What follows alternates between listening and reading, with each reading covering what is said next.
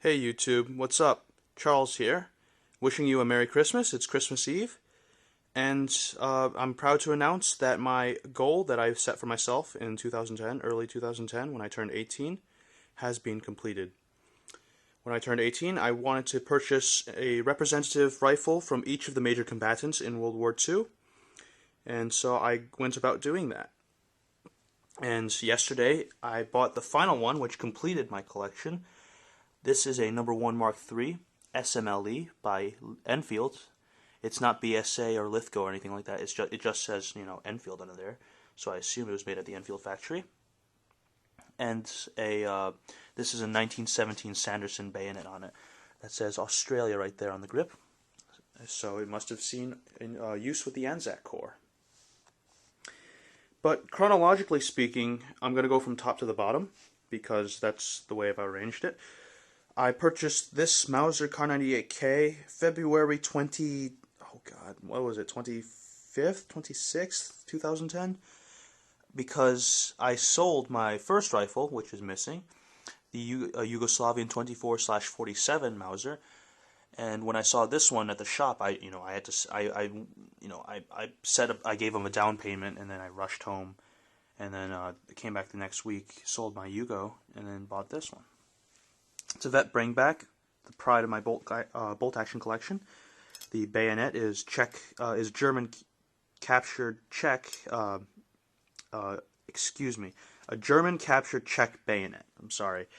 I normally use a tripod, but I want to give myself the flexibility of moving around to show you all these in depth.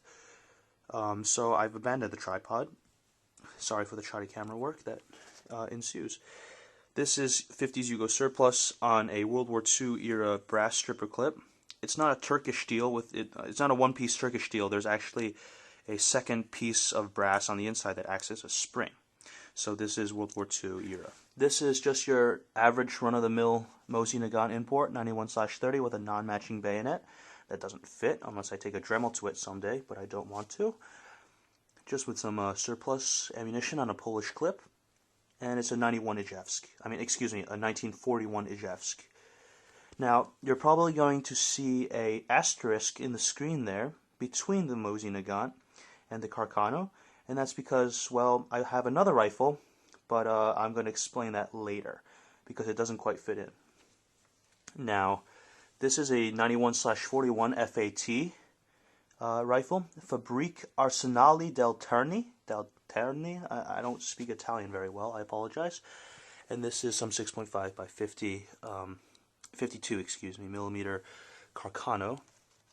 Round nose, 160 grain, soft point because it's Hornady hunting ammo.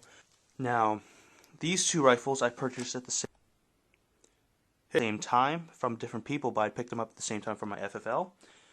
So, just going with the top one, this is a Type 38 Arisaka, a very early production one with a Nagoya bayonet that has the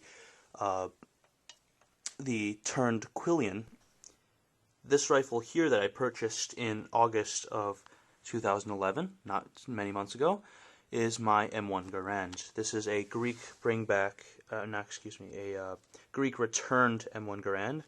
It's a 1955 date Springfield Arsenal. It's either 55 or 56. I'd have to look at the gift certificate again. The certificate of authenticity. And here's just some Greek HXP 30-06 that I bought in the same order. Best deal on 30-06 I can find out there. It's from the CMP. This rifle I also purchased from the CMP. Excellent deal, by the way. And I haven't sighted it in yet. I want to, but it shoots wonderfully so far, as I can see. And I'm just extremely happy with it. And finally, here's my SMLE number 1 Mark III Star that I explained to you earlier. So there you go. Remember that asterisk I showed you between the Mosin Nagant and the Carcano? Well, this is it. This is my AR-15 because chronologically I purchased this in late August 2010 and I assembled it when I had a 3-day weekend and I came back home in early September of 2010.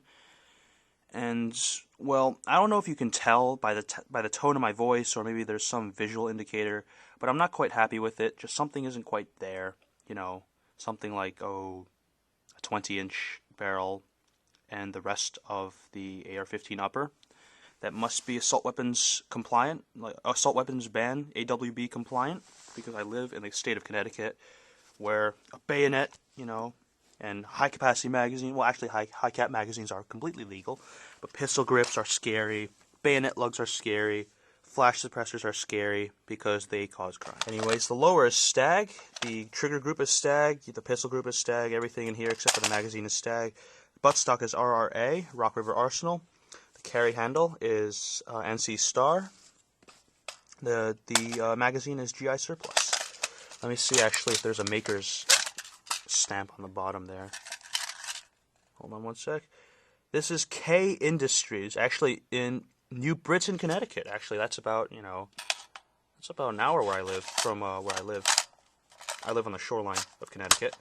Sailed to Long Island once completely by accident. But there you go. There's my AR-15.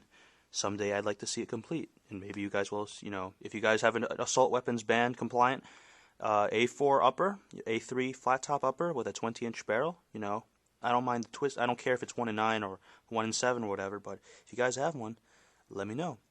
Happy holidays, Merry Christmas, and I hope, the new year brings you happiness and joy. Take care.